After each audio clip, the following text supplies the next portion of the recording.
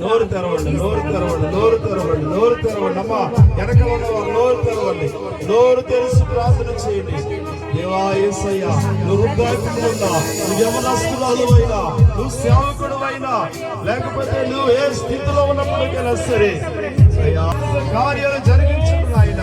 ఓ నిశ్చయమైన మేఘమునైనా అగ్ని వర్షముతో కుమరించయ్యా. అయ్యా ఇప్పుడే ఒక అగ్ని వర్షము కురిపించయ్యా. నీ ఆత్మ కార్యాలు చేతండి అయ్యా, నీ స్వస్థత కార్యాలు చే